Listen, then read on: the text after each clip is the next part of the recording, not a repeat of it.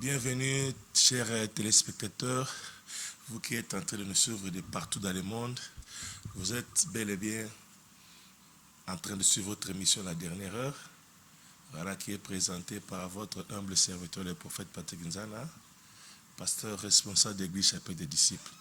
Voilà, déjà, je tiens déjà à remercier l'équipe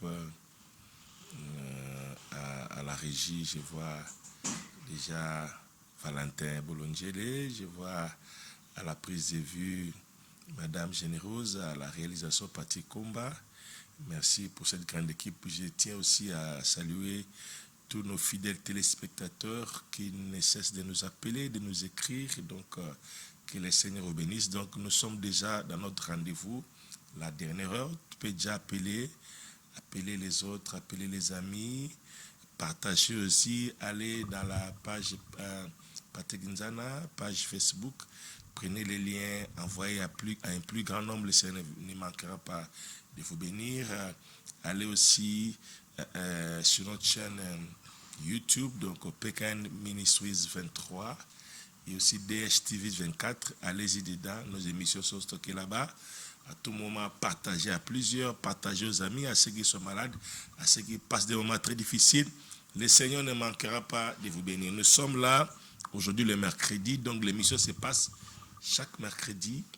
Nous sommes là en direct, donc à 18h. Nous sommes là le samedi aussi à 17h. Donc prenez ce rendez-vous dans vos agendas. Donc vous allez nous suivre et le Seigneur ne manquera pas de vous bénir. Déjà, lors de notre mission précédente, nous avons informé au public que nous avons commencé un grand séminaire durant cette semaine pascale intitulée l'atmosphère de la croix. Donc, on a commencé depuis le dimanche. Bien aimé, je vous dis, c'est du sérieux. Donc, vous qui nous prenez en cours, la place est encore là, bien que la place est limitée. Venez quand même, amener les malades, amener les cas difficiles. C'est la croix. À la croix, c'est la gamme complète de notre salut. À la croix, c'est les kits complets, âme, corps, esprit. Pour le ciel, c'est garanti. Pour le travail de cœur, travail de l'âme, c'est garanti. Pour le travail de corps, maladie et tout, c'est aussi garanti, c'est un acquis. Donc, venez là et le Seigneur ne manquera pas de vous bénir. Donc, je tiens à exhorter aussi, ce n'est pas seulement que pendant la période de Pâques qu'on doit prêcher la croix. La croix, c'est d'être au quotidien, c'est d'être la routine. Mais à ma grande surprise, j'ai constaté que d'autres personnes, même pendant la croix, ils continuent à prêcher des liens, des rudiments de ce monde, des philosophies de ce monde. En tout cas, c'est regrettable. C'est regrettable si on manque de quoi prêcher, même pendant les Pâques. Pendant les Pâques, on voit que seulement les démons, on voit seulement les liens, on voit seulement des coutumes. En tout cas, c'est regrettable. C'est regrettable pour de telles églises, pour de tels hommes de Dieu, ça laisse à désirer. Donc, ça, c'est pas notre problème. On n'est pas là pour s'en prendre à ceux-là, mais ceux qui ont une oreille, pour comprendre l'ère à laquelle nous sommes, en tout cas, ils sauront se positionner, peuple de Dieu. Voilà, donc, nous sommes pendant la période de la Pâque. Déjà, le dimanche, si je peux, on peut brosser l'agenda de ce qui a été la semaine avant la mort de Christ. Donc, le dimanche, c'était son entrée triomphale à Jérusalem. Le lundi, c'est la date où Christ a dispersé, a chassé les vendeurs dans les temples. C'était le lundi. Donc, après ce lundi-là, déjà, les conspirations ont commencé. Le mardi, ils ont commencé à chercher comment l'arrêter, donc le faire mourir. Donc, le mardi, déjà, le marché est ouvert et lancé. Et Judas a pris connaissance. Le mercredi, comme aujourd'hui, le Judas déjà a percé son argent, a percé la somme d'argent pour trahir Jésus. Ce qui fait que jeudi, demain jeudi, Jésus sera arrêté parce que Judas a déjà percé son argent. Il sera arrêté. Et donc voilà, c'est parti comme ça le vendredi. Il est montré à la croix, il est mort. Les samedis, il a passé tous les samedis dans les séjours, dans les jours inférieurs de la terre. Et la première heure, le dimanche matin, il est ressuscité. Donc voilà, c'est ça la semaine. C'est ce que nous vous exhortons, c'est ce que nous connaissons et c'est ce que nous prêchons et nous célébrons la mort et la résurrection de Christ. Dans la Pâque, nous célébrons la croix. La croix, bien que la croix, au début, ce n'était pas chrétien. La croix, c'était un lieu approprié pour les criminels. Ce sont des sanctions données aux criminels, aux méchants, depuis l'Empire, depuis les Babyloniens. Donc, comme ici, peine de mort pour les criminels, c'était les fusillades. Peine de mort, dans d'autres cieux, on décapite. Chez les Juifs, on lapide. Maintenant, chez les Babyloniens, c'était la croix. Donc, on te prend là, on te met à la croix vivant, on te cloue, on te met, tu meurs à petit feu jusqu'à ce que tu vas rendre l'âme. Donc, c'était la punition infligée aux criminels. Et ce qui fait que Christ, il s'est retrouvé dans cet état, bien qu'il est innocent, il est devenu malédiction, il est devenu péché pour toi, pour moi, pour que nous soyons sauvés. Donc, il est mort criminel que nous étions. Donc, la condamnation qui nous incombait est tombée sur lui. Il est mort par rapport à ça. Donc, l'histoire de la croix, revenir à l'église, être le symbole de l'église, c'est déjà au IVe siècle avec l'empereur Constantin, lui qui a imposé cela, que la croix doit être un symbole de l'église. À Castelnau-Étienne, on a adopté cela, croix comme un symbole du christianisme aussi, comme un signe de notre foi en Jésus-Christ, signe de notre salut en Christ. Donc, nous acceptons cela comme telle la croix de Jésus-Christ, comme Paul aussi l'a prêché, nous enseignons la croix qui est scandale pour les Juifs. Scandale. Mais pour nous qui croyons, c'est la foi, la justice de Dieu. Voilà, en Christ Jésus. Donc aujourd'hui, nous sommes dans l'ambiance de la croix. J'annonce déjà l'église, bien que dans la bande passante, il y a l'adresse là, mais Castelnau-Étienne, je peux quand même l'énoncer. Donc nous sommes sur rue Maindombe, numéro 66, donc direction Chute de Lefoy, quartier Kilimani, dans la commune de Kintambo. Donc, ceux qui veulent nous joindre, si vous êtes par Hôpital Vélodrome, il y a un arrêt qu'on appelle Chanik. Vous pouvez aussi accéder par cette direction-là. Et ceux qui viendront par chaussée Kassavubu, donc pont Lunda-Boulolo et Maison Mbungu, il y a un arrêt Mabaya. Vous pouvez aussi accéder par là. Vous allez nous joindre, nous sommes là toute la semaine, 17h à 19h45, nous passons de très bons moments. Imaginez que vous parlez de la croix. La croix, c'est tout. La croix, c'est formidable. Donc, lorsque vous venez, des miracles s'opèrent, des guérisons sont. Jésus-Christ lui-même, il est en activité. Il est debout, il est opérationnel, il est en tenue de travail pour ton salut, pour ta guérison, pour ta restauration. Voilà, pour t'accepter comme un enfant perdu et revenir à lui. Donc, tout sera fait pendant ce laps de temps déjà. Depuis le lundi, il y a eu des miracles de guérison. Mardi, hier. Aujourd'hui encore, je vous invite. Je lâche une invitation à tout le monde. Vous qui êtes dans la commune périphérique et pourquoi pas à tous les habitants de la ville de Kinshasa, ceux de Brazzaville, pouvaient traverser, venir, célébrons Dieu, célébrons la Pâque. Passons cette semaine en jeûne et prière. Ça, c'est un détail que je tiens à donner aussi à ceux qui viendront. Nous voulons passer ce moment dans la prière, dans la consécration, et ça sera terrible, je vous dis. Donc, nous avons la journée d'aujourd'hui, mercredi et demain jeudi, 17h, prenez ce rendez-vous, amenez les malades, venez nous tous, nous allons prier Dieu, chercher Dieu, écouter la parole, nous allons témoigner. Et puis particulièrement pour le vendredi, là, ça devient différemment. Nous commençons la prière à 6h du matin. 6h du matin, nous allons passer 12 heures d'état de la présence de Dieu non-stop de 6h à 18h. Là, c'est pour les amoureux de la prière. Venez, nous allons nous allons ouvrir, comme il est écrit, tout ce que vous délirez sur la terre sera délaissé. Nous allons passer 12 heures de temps à délier la terre pour secouer le ciel, faire descendre toutes sortes de bénédictions que Dieu a réservées pour nous. Tout au long de cette année, nous allons les faire descendre ce vendredi, 6h à 18h. Et nous allons marquer une pause entre 18h et 0h. Et à 0h, on reprend encore 12 heures du temps. 0h jusqu'à midi. Nous serons là à prier. Donc, c'est un grand rendez-vous. On va terminer les samedis à 12h. Ça sera terrible, bien-aimés. Venez, cherchons Dieu. Venez, cherchons sa face. Prions Dieu et nous sortirons bénis, soulagés, en tout et pour tout. Et le dimanche, c'est la Pâque. Nous allons célébrer Dieu. Nous allons célébrer Dieu, louer Dieu, témoigner ses merveilles. Venez avec vos témoignages. On va témoigner Dieu, on va louer Dieu. Les enfants seront là. Ils vont aussi prester par des cantiques et tout. Donc, nous serons là avec des services de saintes. Nous serons tout. On sera plus cérémonial, plus de déclarations. Et prenez ce rendez-vous. Mettez cela dans vos agendas. Le Seigneur ne manquera pas de vous bénir. Pour aujourd'hui, j'ai un texte à vous proposer. Un texte à vous proposer. Et Colossiens. J'ai aussi Éphésiens chapitre 1. J'ai aussi Colossiens. Mais prenons Colossiens.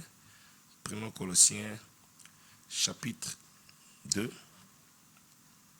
À partir du verset 8.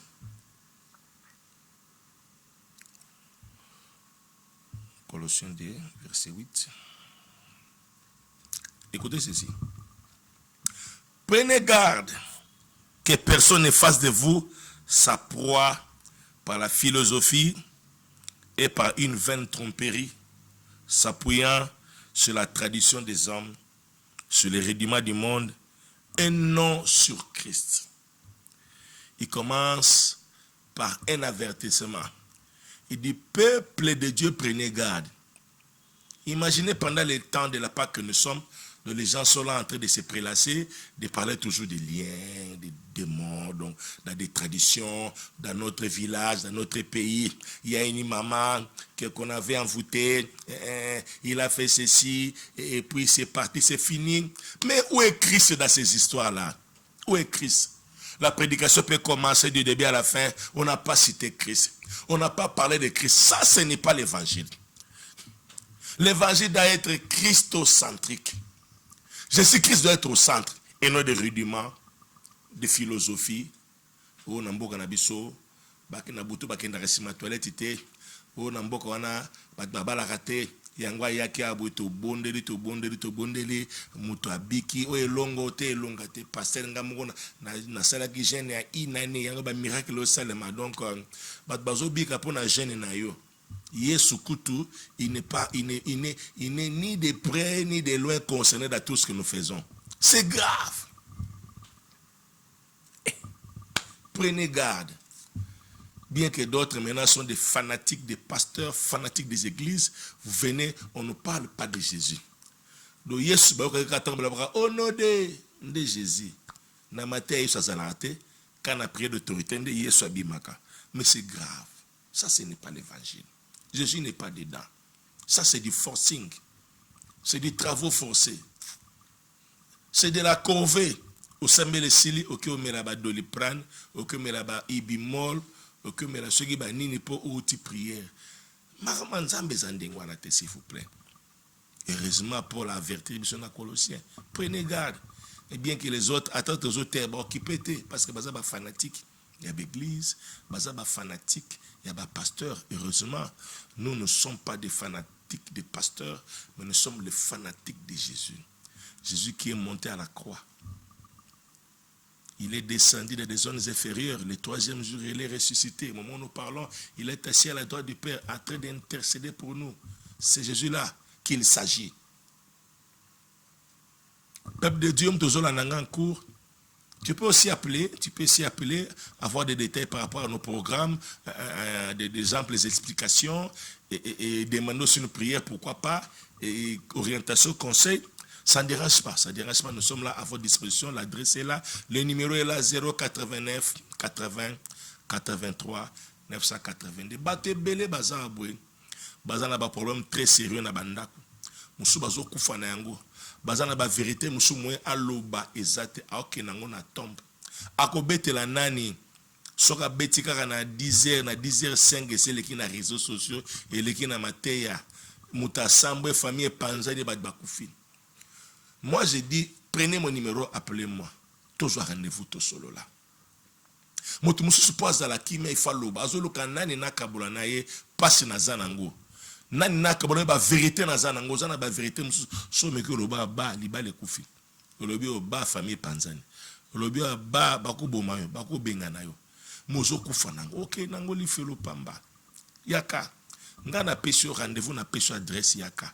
To kabola kaka, to partager. On se décharger, on se défouler, et puis te prier ensemble. Et ça restera comme un secret entre un pasteur et un brebis. Même l'homme de Dieu que tu es, dans un moussouboué, à l'okinzama, l'okinzama, simite, à aussi manakis, à kota bikota kota. À mon église, comme il y a comme au senge bana, comme au senge bandimi. À sali un pas de pas mon église danger, à l'ingozonga sim, à quoi bisanani, église go panzana, église go kufa. Dérive. Venez. Mon numéro est là 089 80 83 982. J'ai cet âge-là de prendre en charge. Et les serviteurs de Dieu, et aussi les fidèles, j'ai ce cœur-là de garder. Oh, salaki bakisi, oh, salaki boué, bomagi, oh, salaki boué, yaka, to partager, to prier. Soko le kana délivrance, to kolik sayo. Soko yambaye sole kana babate okoleka batbera na bango monaka protocole église boye auti boye serviteur église boye na yamaka nanga bango sans problème et puis na sunga bango abi que sole petit pasteur na ngai awawa et quoi matin na ngai il y a 2 mois il y a 3 mois c'est très dangereux il y a qu'à tout partager et makambo sole kana l'église mais ba pasteur même na monaki a dernièrement pasteur moko boye ceux qui prophètent, ceux qui nini aller pour opinier bango Alexis bango en public, na réseaux sociaux, une église en plein air, azo chasser une église. Procédure nini wana, ça c'est quelle procédure? C'est quelle Bible que nous prêchons? Abisso zali comme na muto traité ango vous deux. Si ça ne tient pas, Luka ba témoin. Qu'une église beau gérant, ceux qui ne s'imbitent pour déclarer un infidèle. Pour vous passer aux réseaux sociaux. On a besoin de ma bandimi, besoin de ma batu, de ma kamanza, mais comme le gars, il y a qui louba moroboye, donc au tchèque mou louba na bonzambe, au tchèque mou Congo na bonzambe, au qui mungala, qui mungwandi, qui mungwaka. Les choses de Dieu ne fonctionnent pas comme ça. Il y a un important toujours ma kamanzambe ou yebi, aux en appel, baksama connaissance. Baksama formation, attends-moi théologie, ça fait du bien. Tout le monde intercesseur tellement que au bon de la macasse, au bigi sarabato, batu ba ke belé alors comme il peut passer ndengwana. Donc la ordination comme chose facile d'une baguette magique comme nos pasteurs. Aux en don bacho mafuta. Aux en mbongo bacho mafuta comme le trop facile. Trop facile cause de la pasteur. Aux en nos bergers, on a réveil matinal. Au Kambaga 10 personnes, mais bacho mafuta comme apôtre. Na batoro bachara ba de mafuta pardon. Bo samba bino ba pasteur oboué, bo chara mafuta ka pour no j'ai des enfants. Dans mon ministère, j'ai ordonné plus de 1000 personnes. Au ça la course nanan. Nzamba au côté na lola par rapport à bateau ordonné. Makina na ba na mutu na yo. Makina na ba na mutu na yo. Donc pour revenir donc makambo oboué, c'est un peu compliqué. C'est un peu compliqué. Fable. Rudiment, Yamukili. Bonzambe ezate. Et là, Bonzambe ezate. Je continue la lecture d'Angaï, en tout cas pour savoir que Makambo Bonzambe est compliqué. C'est compliqué. On est terre à terre, on est évasif. Bonzambe fandité, n'habite ceux qui Makambo Baorigilon, comment on peut résoudre cela, comment. Mais que Dieu nous aide, continuons de prier pour ce pays, continuer de prier pour nos églises, pour nos pasteurs, en tout cas, na sengi bino bobondela kaka. Moi, na mutu mususu boye 5 kaka ya ministère, mais akomi ko reprocher ba pasteur, les pasteurs impudiques, les pasteurs, mais yo mutu kaka batio kaka pasteur ceux qui 2 à 3 ans, mais comme na courage, sozo créer buzz. Ozoluka nini yo kasi passer la conseil na yo pour tchon na réseaux sociaux. Tu es sûr? Pour le passer changer vie na yo, donc yo no so balancer ngo so 3 lignes na réseaux passer par landi abinzamba pambulu. Tu es sûr?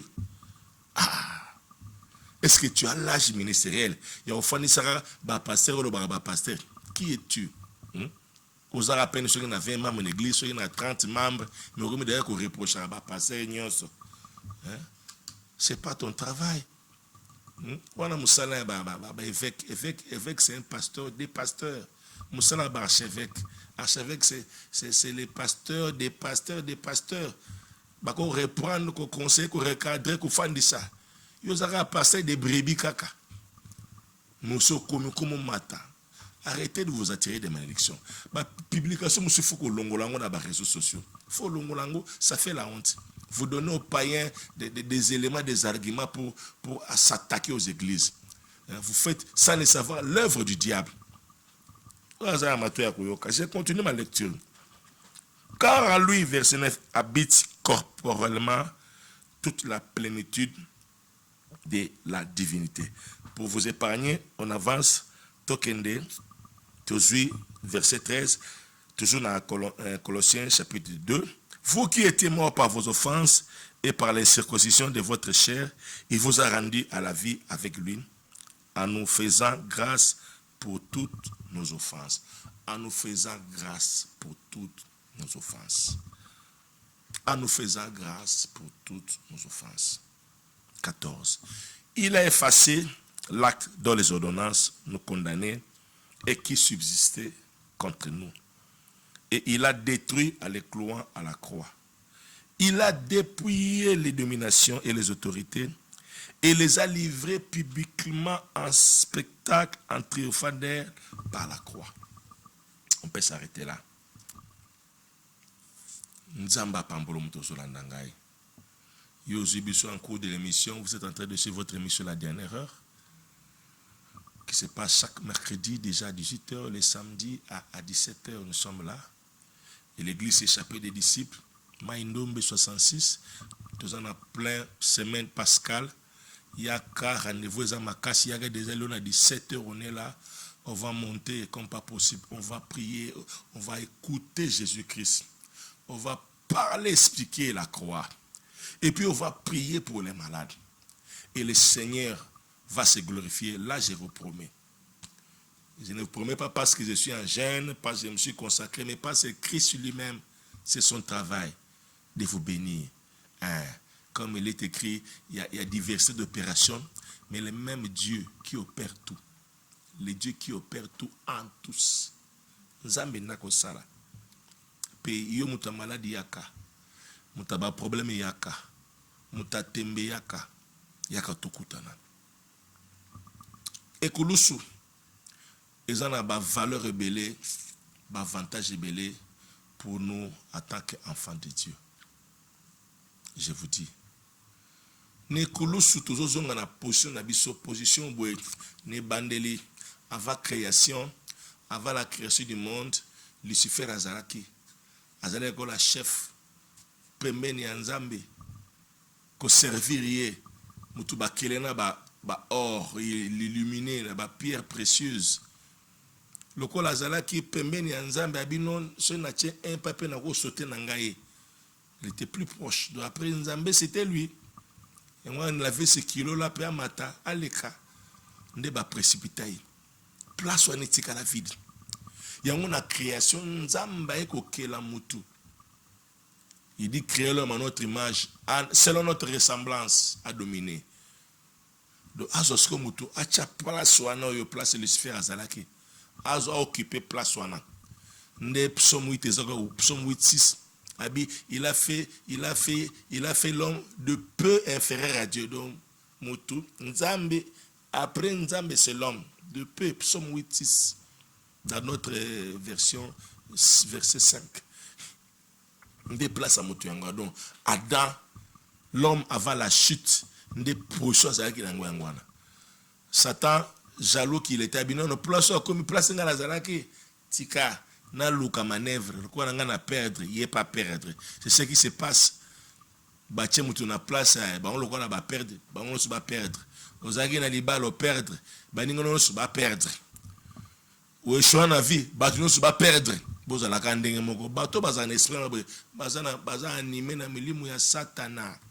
Kolinga bola mwa mutute. Wa zalaki mokonzi, basali remise et reprise. Yo zalaki président, mandat no esili. Mutu muso akoti, misiko kei ozoluka kaka. Mabe kota. Oyo kuna longwa. Kaka po soit ebeba, soit boko kana, soit ozong le sukuna. Mais c'est compliqué. Ça, c'est l'œuvre du diable. Batabe baza bato ko encourager ten. Ils font l'œuvre du diable. Yo peso ozala o encourager batandi ngana seko ozana musala Satana. Keba ozo risquer le felo. Ozo sala musala Satana. Ko souhaita kamabe a mutu. Que mutafande sika olingaka ya longo remplacer. Nde mutu tango a chuté na Genèse 3 à perdre. Azaki de peu inférieur et Nzambe malamoko pas relation katane. A kiti siko na se à Satana trop bas dans les caveaux. A kiti trop bas. A kiti bango na se à Satan malamoko. Comme siko inférieur il y a diable. Aux alaki de peu inférieur à Dieu, siko comme maintenant inférieur il y a Satan. Depuis séparation là. Des raisons il y a croix, Attendi Jésus, car Dieu a tant aimé le monde, il a donné son Fils, afin que quiconque croit lui ne périsse point, mais qu'il ait la vie éternelle. Ne raison à Jésus-Christ yangwana yaki, il est passé par la croix. Oh yonyo soit kondimelaye akoleka par la croix, à reprendre place de choix. Oh nzamba areta, oh nzamba tchapona ba oyaye. Des raisons, il y a croix yangwana. Pour te reprendre position d'abisso, ou te perdre depuis Jardin d'Éden. Ça va se passer comment? Il y a koufaki. Pour bao bakoleka, bako croire, c'est simple que ça. Kondima kenaza mutumabe. Kondima Yesu. Abi si tu confesses Jésus-Christ de ta bouche, hein? Si tu crois dans ton cœur, Romains 19, que Dieu l'a ressuscité de mort, tu seras sauvé. Obiki nayo. Obiki. Ton nom est inscrit dans les livres de vie. Au comme il a place, on a déjà. Il y a un par quoi, arroyer, na croix na boue, et que peut sa position. Comment? Il y a qu'on réconcilier biso. Pour séparation, et qu'on réconciliation. Jésus. Qu'on s'en biso na papa. Mais bisopé, en notre tour, tout ça, la ministère pour la réconciliation, on a. Côté à bateau, gagner ba am, to zongi ça. Boyokani na zamena tata. Koyokani nga sa mananini, na pardon de péché, les pardons. Kolimbisi masum. Bolimbisi ya masum. Nzamba pardonner, à pardonner. Masum na yo. Oleki par la quoi, masum no limbami, limbisami. Quelle grâce, quel privilège. Na croix a koufi na place na yo. Yo fallait ko koufa. Mais a koufi na place na yo. Batama beto zalakin. Mais andimi liwa wana. Pose la libre. Mabeno elimbisama. C'est compliqué. Tango Yesu aye azo limbisa bat bazo kamwa. Abi comment ko limbisa mutun. Eza nzambe ka ne mtalimbisa rabatu. Comment yo mutoko limbisa batu? Yesu eko pesa biso pardon. Pardon à ma somme. Pour vivre miracle, pour vivre restauration, pour vivre épanouissement, aux yeux pardon. Et on même na croix, première parole na bimseng na croix, Seigneur pardonne-leur. Limbisa bango, limbisa. Pardon. Il y a un élément pardon très important en tant qu'enfant de Dieu. Solo pardon na monoko na yo. Mais, chose étrange, bana nzambe balimbisaka te. Bana nzambe balimbisaka te, balimbisaka te. Mwana nzambe aza après ko rappelo makambo o basala 15 ans passés, 10 ans passés. Oso rappeler, mais c'est quel type d'enfant de Dieu que vous êtes? Est-ce que vous passez réellement par la croix? Mouto aleki na croix a eu pardon, il n'est pas quoi apprendre de pardonner. Mouto a pardonné, c'est que bon amate. C'est que les gars na croix te jamais. Jamais. Mutema na pena mutema ya libanga ye na olimbisa ke jamais mukono ti liwana ngai atana lola na bete kara na ebiso okota lola. Na ebiso okota lola. Na ebiso. Yango faut faire attention. Ozakana mutu moko boye ayeba ko pardonner te, faut faire attention. Faut keba. Aroza mama na yo. Aroza pe mwasi na yo. Aroza pe ya to leki na omuninga na yo. Keba. Ya batande ngwana. Oh pardon. Ezalaka te. Lisolo muke aso po oyebi kutu bata bongo baza très dangereux. Bata bongo pe ngolo na nzambe ezaka pasi pona bango bazo ngolo na nzambe. Bata bongo ba bika mona nzambe ezaka pasi pour no soit pardon ezate okomi na ka ya diable. Pour diable ezana biloko yo ezaka na ete bolingo. Pardon ezaka na ete. Il pardonne pas. Il n'aime pas. Il n'a jamais aimé. D'abord, mon toit pardonne, il a répété. Le pardon marche avec l'amour. L'amour marche avec le pardon.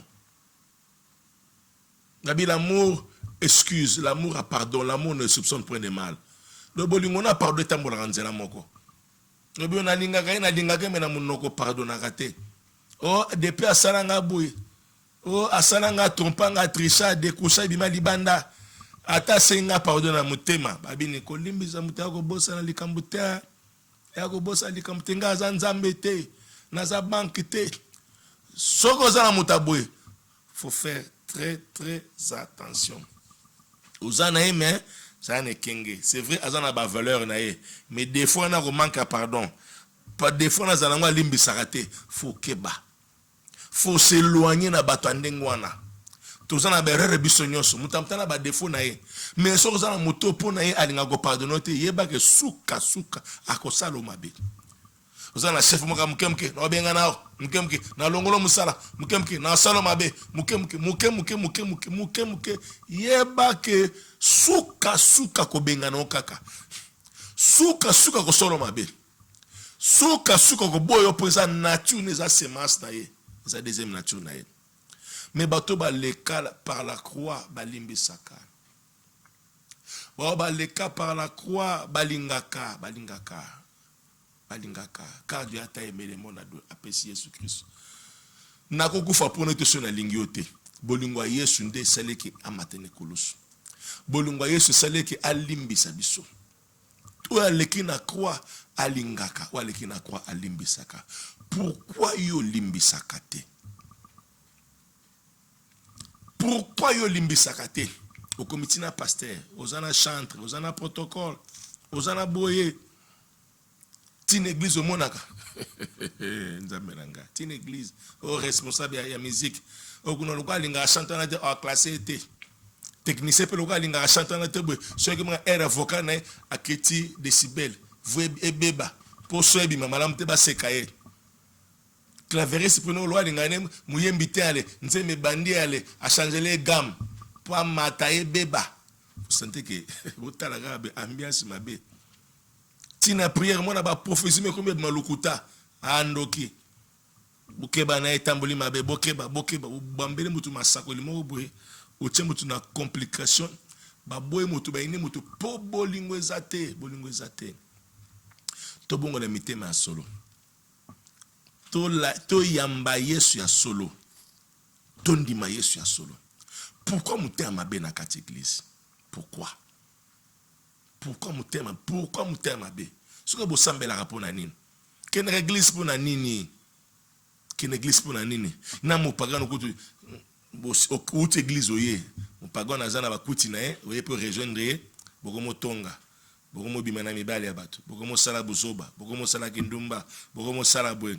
Yo na butu obimarate, yo na butu okepe veye, ya keke tchel, yo ke veye na tong bozungi, bo développer.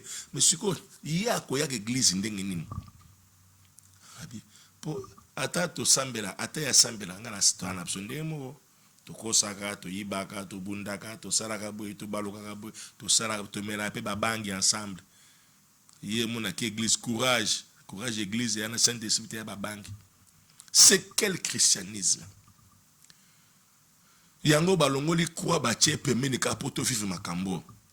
Koko bela moto, boaka moto, salaboe, bakoko na biso zalabe, famille na biso zalaka boe, mone bali na biso, bituma na biso famille, o mona ka bale bi. Mais kuluso zali wapi? Muto aleka ne kuluso, nzamba limbise pa limbisaka. Muto aleka ne kuluso a pardonaka. Lokola matengo ezalaka te, ezalaka boaka moto, ezalaka ndeko na ngai, mfaye mususu moni mutu moboye nazalaka na ye na sambelaka po na ye, azalaki na bakiste to kote ba jeune to bondeli, nzamba okimo abiki, yango ne fo kebaka na ba parents, kebaka so papa zandeki fo bomaye, fo bakele moto, ezu jusqu'à quand? Ezu. Papa koko na so akufi famille ko fungama, koko passa akufa 10 ans yango, 5 ans yango. Ofungama, obala api. Obali kote ni poso akufi bo fungama bo depuis akufi bo fungama te pona ni l'évangile comme ça bato eza kote évangilité ba philosophie ba rudiment des hommes et comme ça bato mitema mabe bato comme mitema mabe tozong sekulusu basa na nzambe tozong sekulusu tote ekulusu te ka pona Pâques. To continuer à expliquer quoi. Église est à valeur na yango. Yango de moins en moins ba miracle zo sala mais sous-souté. Miracle sala mais sous-souté. Ba guérison to zo mona sous-souté, ba exploit ezali sous-souté. Pour tozo te ya biloko il fallait pas to te ya. To tien notion amour, notion pardon to tien à côté. Pour expliquer amour, pour expliquer pardon, c'est par la croix. Par la croix. Nzamba linga ki mukili. Par la croix. Yesu alimbisa kibiso. Nzamba za tellement mon santu a supportaka masumu te. Donc à chaque fois yo sali mabe, nzamba koko frapper yo du coup, akoko beto sur place. Mais ce quand Yesu a s'interposer, habitala ba pota tala makila. Ne close no kufaki pona ye. Monaka nzambe. Croix nde kalma kana nzambe. Croix.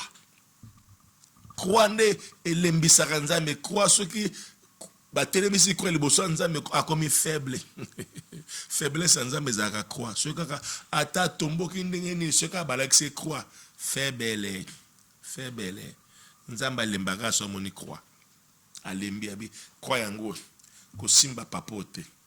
Ko simba papa Jean te. Ko simba papa Philippe te. Ko simba René te, ko simba te. Ko simba Astrid te. Kosimba Nixon te, kosimba Pauline te, kosimba bango te, pona kufaki pona bango. Mon anzai pene ngo frappe. Akima l'église, apesa kama bonza te, ayaka te, akima osala nzambe. Akoma na négligence makasi. Akoma finga basala nzambe. Nebolingo nzambe zakaka. Apeso taka kapozonge panaye. Wana soki nzamba lingo frappe kaka, Yesu abitala makila. Nakaka nzamba calme. Ezara lokola mbule lingo beta ba akase le bimi mbule calme. Seka lingo beta mukili kaka boye na mbula seka akase le bimi ba mbule zongi si papa moni akase. Seka nzamba lingo frappe mukili ekulu se bimi nzamba zongi si makande zongi si makanda kande zongi si a cause ya bolingo. Nzamba la kisio bolingo. Pourquoi yuko la kisaba to bolingo te? Pourquoi yo kaka? Pourquoi ko kitate? Pourquoi yo kitakate? Yo limbi sakate pona nini? Nzamba limbi santé. Dans Matthieu 6:15, mais si vous ne pardonnez pas aux hommes, votre Père ne vous pardonnera pas non plus de vos offenses. Est-ce que Matthieu 6:15 totanga ngo penza? Matthieu 6,15. Est-ce que tu as si vous ne pardonnez pas aux hommes, votre Père ne vous pardonnera pas non plus vos offenses. Donc, bateau bango limbisa batute, bango penza ba limbisa bango te. Vous en avez pasteur, maman pasteur pe. Vous en avez bishop pe, chantre pe, ancien diacre, responsable département. Au limbisa batute, nzamba au limbisa ndengeni. Mon malade ne si la raté. Tension ne si la raté. Sucre aux anango si la raté. Diabète ne si la raté. Estomac ne si la raté. Madame Kouane ne si la raté. Atabasamene ne si la raté. Bensomne ne si la raté. Po yo mute mana olimbi sara batute. Olimbi sara no batute. Siko nzamba solongo lopwani. O mitana vi na passion mo ba no bela. Ozana mbongo ko se soigner. O sisi be examen nyonso, o sisi ba kisi nyonso. Komi ka nzambe kaka. Nzambe kaka. Nzambe okela ngama. Nzambe okela. Nzambe otuka vika po bongwama. Olimbisa. Ya on nzambe otuka vika po na bongo. O bon, azana besoin na yozonga. Ozana makabe bele, ozana batane bele fo ebima, mais mutema na yo, mutema no eza prêté. Fungola mutema libérer batu. Libérer ma bokilo. Libérer ba semeki, libérer ba bokilo. Libérer mubale na yo. Bola la nembe tumo bobota ramena mutema no so kangaye déjà. Libérez moi na. Libérer ba ninga libérer ba tunyoso. Zala pepele kimia. Nzamba sana besoin na yo. Ana besoin fungola yo mtozo kangaye. C'est vrai toi na semaine à Pâques. Mais nazo ko peso pardon. Na présenté au recette le pardon. Par la croix, Christ a pardonné. À la croix, il a pardonné. À la croix, il a aimé. Nekulusu. Nzamba sali schéma wana, sali formule wana pour te reprendre place d'abisso.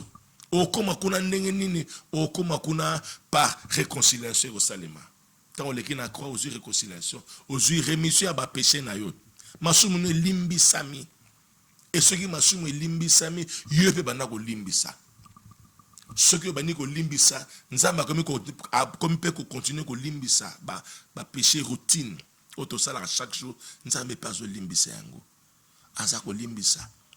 Yo limbisi mutumabe. Masumu susu ko confesser ko tuté. Quand le fait ko limbisi ya moninga nzambe pas longo le pe yo ka mbala moko. Ako longo la pe ka mbala moko. Na lo bandenge nini fungola motema. Miracle ezali. Yaka lelo na pokwa. Yaka ba malade bazobika yaka. Yaka na motema ko fungwama. Yaka na pardon. Et si comme ça déjà plus aux autres kangai, prends déjà les soins. Tu t'agenouilles déjà, Il dit Seigneur, nzambe limbisangai. Limbisangai mabe nyoso limbisangai. C'est vrai basalinga mabe. Na zelande ba rosenga pardon bazoyate. Menga zame na fukami na limbisi bango. O akanga kyo na kasho. O ateke lupango na yo. O afinga kyo boye. O lobaki bala totala bota totala. O bala rapete bota rate po so raisonner kande kokona mtalobelo maloma mabe atukanga neti liwa. Limbisa ye. O bota po na yete, po na baloba na yete. O bota po nzambe nazo décider. Yo lokola mama no abota yo poko bota. Mama no ndenga bota yo pe okobota kanga malobo. Ka ndenge papa na yo na mama na yo ba bota yo. Lokola makila papa no eza kati na yo. Eza na Aden. Wana Aden ya fécondité. Wana Aden ya fécondité, stérilité ko utapi. Pour papa no aza fécond. Maman no aza fécond. Yo siko infertilité et où tu api. Lokola makila ya productivité eza na kati na yo. Na ba gène wana boye. Na be formation génétique ezali ke yo bota okobota. Koluka babuke miserte. Fungula ka motema limbisa mama na yo. Limbisa bokilo, limbisa ba ex no, Alexanga Ngonga, salanga boye, abete soki mosinzo, abebisa libana nanga, abebisa ba voyage nanga, limbisa, fungola motema. Jusqu'où aukeneli fait le pamba. nakanda okasi omona nzambe nakanda mutu musu asolo mabe babetika lisolo na ye moni ye amelanga mbongo donc yaya ameleleki ne mbongo yosko muninga to cousin to neve oini malamo yaya mais likama bango likama famille na bango okoti yango ndenge nini oini ndenge nini po ya likama famille na bango yokuna muninga muta quartier oini pe yanaka amelaka maka na mbongo yanga pe na yini donc ko ino ko meka ofele kabwe. Je parle à tout le monde. Oyebi makamanza mette olinga makamanza mette appel yango, l'appel est lancé. L'appel est lancé. En tant qu'enfant de Dieu, nous voulons finir par là. L'appel est lancé. Le numéro là 089 80 83 982. L'appel est lancé. Mets dans le cœur. Tozonga Nikolus. Tozonga na sena makrona ye. Yakoloba ezebele. Nangana kote kolusu du 1er janvier au 31 décembre. Na okena Ancien Testament na ko bimise kolusu. Na ko bimisa. Bimise kolusu. Na okota na be pitre. Na ko zonga na Torah. Na ko baluka. Na kena ba livre historique. Na ko bimise kolusu a Yesu. Na ko bimisa. Na ko teya. Na terre des ekulusu bandakala. Donc na kozanga ba matière te. Ndenge bango bazanga ba matière te, ba misaka ba démon, ba monaka ba démon, ba monaka ba lien, ngape de Genèse à l'Apocalypse na monaka Jésus. Ce qui bango de Genèse à l'Apocalypse, ba monaka ba démon, ba lien, ba blocage, ba limitation, ngape de Genèse à l'Apocalypse. Je peux voir Jésus. Na kota na Genèse, na zomona Jésus. N'Exode nazomona Jésus. Naba Samuel, naba Ruth, nazomona Jésus. Naba roi, partout nazomona Jésus. Et puis je vais prêcher Jésus jusqu'à la fin de ma vie. Je vais prêcher Jésus. Yanga nazako benga yo nazosala appel. Ye moto landinga c'est vrai biloko bolinga ngo mingite bolinga kaka ba seke binoke ba expliquera binoke mwendo zobota te ezabo. Je suis prophète. Namona kana loba rapé. Mais c'est pas essentiel, c'est pas utile. Nyoso na ko mona ezaka pona lobate na mona peka pona sambela na mona ka pona lo mususu lo po panzi bato etikele ka pona nga sujet de prière. Je peux seulement exhorter leur revenir aux zones pas dans Zambie. Peut-être makambo oyo ka ngote l'église a minute ya makate bate ya makambo mususu bate ya vengeance okuna so boyo kende sika mususu otuli toza mwasi kobondela bango te bato nyonso ya bato kotika te mobala so asaka no bwakisa ye oza mwana moke obala mususu bato mususu bato nyonso bazaka bato kobwakisa te bato nyonso bazaka bato koboya te bato mususu fo pe Satan makambo yoki tu vas encore comprendre plus. Maindombe 66 na Kitambo direction sud de l'Ofo Yaka le déjà parti à 17h, Yaka, lobby jeudi à 17h, Yaka, vendez toi toute la journée la chaîne de prière. Samedi, tu viens à minuit, tu à 12h juste. Tu aussi ici, dimanche, tu es célébrer Pâques, Yaka. Yo moto au tika makamanzambe, au moins que makambo penda et symbio, Yaka au rejoindre Bisson, on va monter ensemble, je te promets, Yaka. Oza découragé, oza déçu yaka. Au moins après que ozo koka pe ko limbisa te, na koka na ko limbisa te yaka to ko bonde la pona yo. On va t'aider. Par la délivrance au koleka. Makasa sa délivrance c'est ça non. Yaka chaque jour les gens passent par la délivrance yaka. Yaka to yambuso Jésus Christ au roleka na baptême. Ceux qui pesi ba baptisa yo, ceux qui baptême ngezalaki ya bien te, oko bande la baptême. Selon Christ pour vivre échanger. Ozala mwana nzamba solo. Tokoma kaka bandimi église mais bandimi ya Yesu te. To bandimi ba passer mais bandimi ya Yesu Christ te. Yesu akoya kozwa église oyo ya ye. Azo église a passer na binote. Azo église oyo ya ye. Oza na église pas pasteur mais so oza na église na ye te, c'est que okokota lola te. Yango na pasteur te ya Yesu. Côté ba veste na ote ba mapango sombite, côté ba voyage na ote, côté ba miracle yo salate. Pour ça la miracle était na makano boza na ba manki yo na mutaba kisi. O sala ke kisi no muto bikisi. Mais bato yo ba bikisaka na Yesu, ba tombola kaka Yesu. Ba mi tombola ka ba momote. o mitombola seke kiso ene la befort na moko ba sacrifice na ye yangwana adresse nazo répéter maïndome 66 yaka ozwa expérience personnelle na Jésus tozo bondela déjà régie possible ce temps lisusu esili na kombo na Jésus Christ na présenter libota o eyoki maloba oyo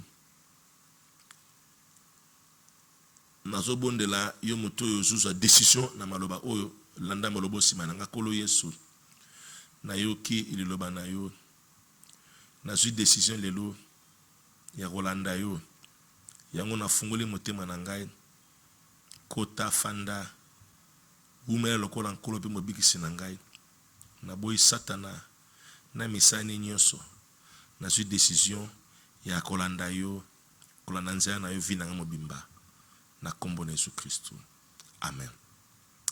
Nazobondela be pona moto boye kande ezalaka o limbisaka te fukama pe na déclarer pona yo Zambe na kombo na Jésus Christ. C'est toi qui crées nous les vouloir et les faire selon ton bon plaisir.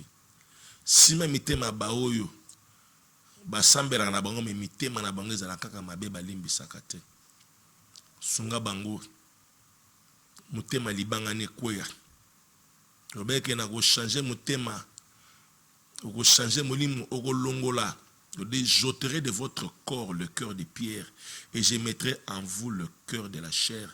Au pesa mutema musuni mutema ezara sensible ce qui batté mutazako lela ce qui batté mutema simbami le lata batté ba seka kaka ce maté ba boaki moto te ba osepela te mais nzambe pesa ce que mutema lorsqu'on parle du pardon les gens pardonnent lorsqu'on parle de l'amour que les gens aiment.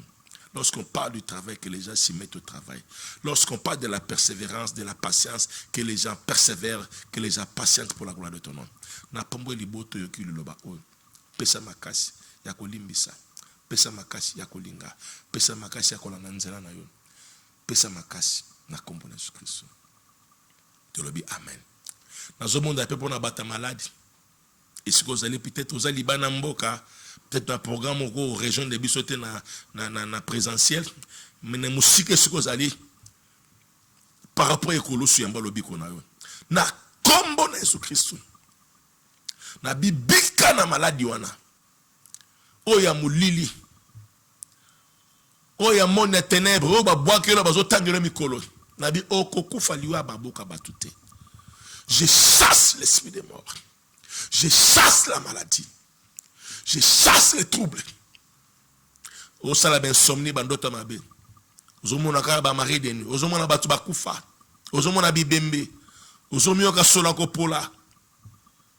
Ozolo to tambola na bolumbu. Ba mutu passe neti liboma posa ko se suicider via ba masturbation. Au continent via ba homosexuel.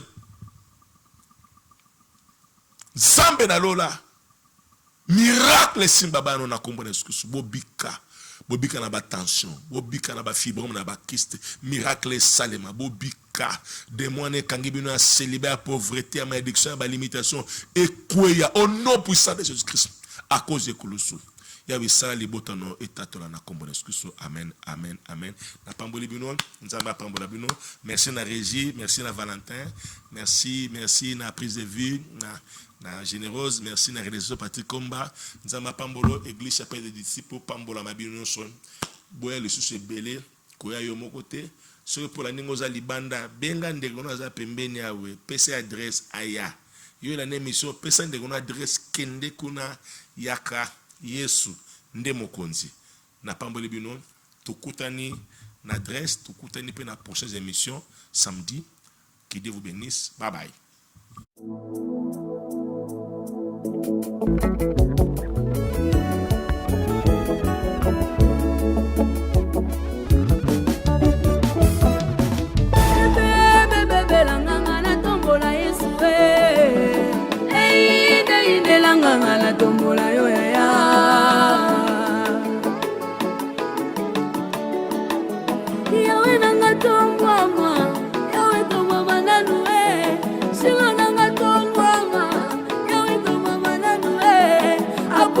Santo amar.